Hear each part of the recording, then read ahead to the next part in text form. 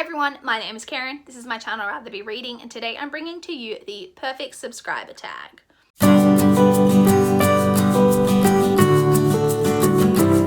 So the perfect subscriber tag was created by a channel called Katie Marie. This is actually not a booktube specific tag, but I actually saw Tia from Tia and All the Books do this video, and I just thought it was a really interesting tag, and so I wanted to do it as well. So I'll leave a link both to the original video and to Tia's video down below for you guys to check out. So let's just jump straight in. Like I said, this is all just about what kind of subscriber you are and kind of finding out about whether content creators are the type of subscribers that we would want for our own channels, that type of thing. So let's jump straight in because I just think this is a really interesting subject. So the first question is, do you subscribe right away when you find a new channel, or do you try a few videos first? I almost exclusively will try a few videos first before I subscribe to someone. Very occasionally, I'll watch one video and feel an immediate connection, and that will be enough to make me subscribe. But generally, even if I feel that kind of connection to their personality, I want to watch a few videos to find out kind of what books they read. Not that that's necessarily, again, a deal breaker, because I watch a lot of channels who read hugely different types of books from me, but the way that they talk about books and what kind of information they give about them, and just generally what kind of content they're putting out. So I generally, when I'm looking into a new channel, will go back on their channel and watch kind of almost like a month's worth of their videos of like a wrap up, and just to see what kind of videos they put out. And then if I feel like that's the type of content that I want to watch, then I'll subscribe. That's generally how I do it. Question 2 is, does the make sure you subscribe mantra ever sway you to subscribe? No. Which is funny because we all do it, myself included, and it's something that they very much tell you, like whenever you watch any kind of video about how to grow your channel, it's one of the things that they talk about a lot, is something that you should always be like plugging, subscribe. And maybe it does work, I don't know, but, because I do it because people tell you to, and it's just part of my standard thing I say, like that's just automatic for me to say when I finish videos, which you'll hear at the end of this video. But I myself have never been watching a video and heard someone say, oh, make sure you subscribe, and go, oh, you know what, I will subscribe. I'm either already planning to subscribe, or I want to watch more videos and I know that once I've watched a few videos I'll subscribe. Like it's never something that specifically because that person has said it in the video has made me subscribe. Question 3 is, how many channels do you have the notification bell turned on for? 0. I'm not someone who needs the notification bell turned on, because I typically am someone who watches all content from the people that I'm subscribed to. So I'm always going to get to those videos when I get to them. I'm not someone who, when the notification bell goes off, immediately goes and watches that video. I will generally just get to it kind of when I get to it in my subscription feed, if you know what I mean. The next question is, do you watch every video from your subscription feed or only your faves? Well, I kind of mentioned, like touched on that. I typically watch every video from the people that I'm subscribed to. There are a few rare exceptions. Sometimes I don't watch, like if it's a spoilery review, I won't watch it unless I've read the book. Sometimes I won't watch reviews just generally, but I am someone, I used to not watch reviews at all, and I still am like that somewhat, but I now, for like my favorite channels, I typically will watch all of their content, including their reviews. It depends what type of book it is though. If they were talking about a thriller, I might skip it because I don't like to know too much about thrillers, but anyway.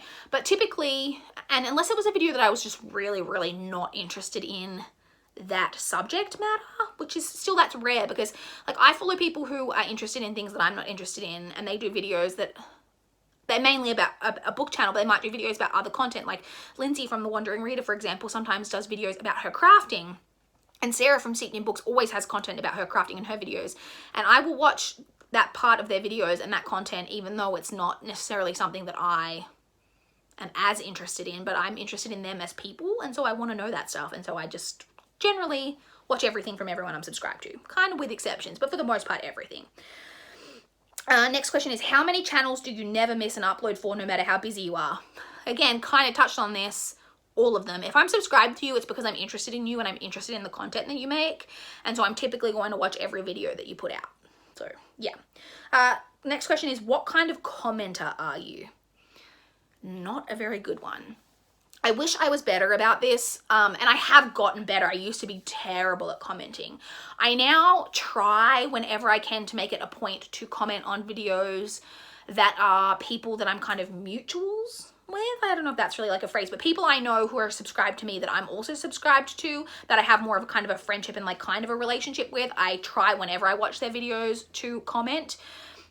I also try, even if we're not mutuals, but it's more of a smaller content creator, and it's terrible because it shouldn't matter, but I do try to engage more with those people, not because I'm like, but just because I feel like they need support more than the bigger channels.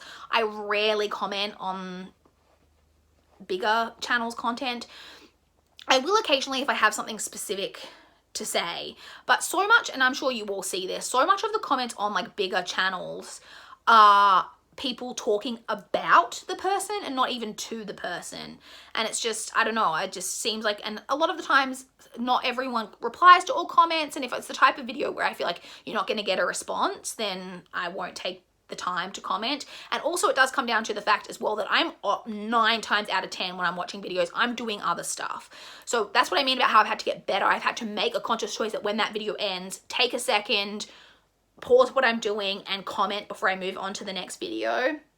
But with some of the ones that you know, it's just kind of not worth, I hate saying that, but you know what I mean, commenting. I'm almost always doing other things, so I don't comment as much as I probably should. I am a lot better about it than I used to be, but there's definitely room for improvement. Next question is, do you skip ads or do you watch? I skip them. I know that, and like maybe I should, it's something I should try to improve, maybe especially for smaller content creators that are like monetized, that I should watch the ads because they're putting a lot of work in, and I recognize that, but and this is going to sound probably real high and mighty, but like I'm a busy person. I put a lot of time into my own channel. I have a full-time job. I have a family, not my own family. Like I'm not married, I have kids or anything, but like I spend a lot of time with my parents and my nan and things like that. Like I don't have a lot of spare time to be watching ads. So I generally skip them, if we're being perfectly honest. And that's just the truth of it. Question 8, do you speed up videos? Very rarely. I am someone who, when I listen to audiobooks almost exclusively on double speed. But I've talked, this is not where we're going, but it kind of leads into what I'm about to say. But so we're going off on a slight tangent. Audiobooks, the way that they're spoken is not the way that we speak in general conversation. It's very much like, and then I went down there. So it's the speed of the way that a book is narrated to me is slower than how it would be if we were in conversation. And so I can comprehend it a lot easier by speeding it up. Sorry, just like in the last video, my leg is falling asleep. And so I comprehend it a lot easier by speeding it up. Also, and I'm sure you've noticed if you're subscribed to me, I am someone who speaks very quickly, and so I think I just have a very like quick dialect and comprehension. I do try to not speak as fast in my videos, but it is what it is, and that's not what we're talking about. My whole point is though, even though I listen to audiobooks on like double speed, when I listen to podcasts, for example, because most of the podcasts that I listen to are, not all of them, but a lot of them are more than one person, and it's more of a conversational style of podcast. And because it's more conversational style, when I speed it up, it does get harder to comprehend exactly. I mean, I can, but I like the more hearing it properly in a more conversational style. And to me, that is most of what the type of booktube videos that I'm watching are. It's more conversational in nature.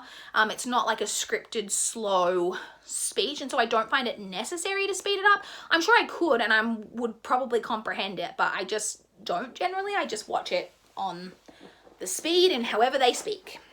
That was a really long-winded answer. Question 9 is, do you click affiliate links or use affiliate codes? Now, this is confession time, something I am terrible at personally. I do click on affiliate links in terms of sometimes when a person is got like a sponsored video and they've got like an affiliate link and they're talking about, or even if it's not sponsored, but they're just talking about something generally that I'm kind of interested in, I will click on the affiliate link to kind of see more about the product, but I rarely actually purchase. That's partly because so much of that, like say for like subscription box, so much of it is like US based, and it just wouldn't be worth me actually making a purchase from something like that because the shipping is just ridiculous. You know, so there's that. The thing that I would, and I do sometimes, but I would like to be better about, is using affiliate links for purchasing books. Mainly I'm thinking of Book Depository, because that's one of the places that I'm not as often ordering from, but I do order from fairly regularly. And I do sometimes use people's affiliate links for that when I remember, but I'm just terrible about remembering. I'm so in the moment when I'm placing an order that often I've placed the order and then I think, shit, I should have used someone's link. But I do try whenever I remember to use people's links. I don't use one specific person. I kind of, like, again, the people that I'm mutuals with, I will try to like just pick someone and move, like I vary whichever one I use, and I do try to use people's links whenever I remember, but I am awful about it, and I wish I was better because I personally do have a book depository affiliate link which I never plug, but if you're interested, it is always linked down below that if you use that link and you purchase books, I do receive, I think it's a 5% commission. You have to reach a certain threshold to like get a payout, and I'm actually so close to getting my first ever payout on that after almost 5 years of having that affiliate link. So if you are interested in purchasing a book from Book Depository, feel free to use my link down below. But because I am so grateful and like in some ways, can you see the top of a cat head down here, that I wish people would use mine more because it really does help me out. I wish I was better about it for other people, and I do, like I said, occasionally. I'm just terrible at remembering it. It is something I want to be better about. The next question is, what's your preference when it comes to video length? What's your sweet spot? I don't have a preference. I know a lot of people hate longer videos, but I am a culprit for making longer videos. And again, this is going to sound really stuck up, but I read a lot of books, and even like now I'm now doing a wrap up like of books basically every week, and they're still over 20 minutes long because I read 9 books this past week, and I don't want someone that when I watch videos to feel like they have to rush through what they're saying and not give me their thoughts. The whole reason that I'm here watching the videos is because I want to know what you thought about the book. So to me, the length is not really an issue.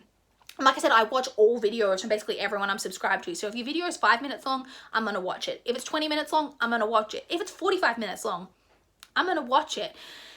Yes, obviously those videos do take up more time, but it is what it is. I'm just going to watch everything. So I don't really have a sweet spot. Like if you're making it and the content is engaging, I'm going to watch it. It doesn't matter how long it is. Question 11 is, do you thumbs up most videos? Again, this is an area I should be so much better at.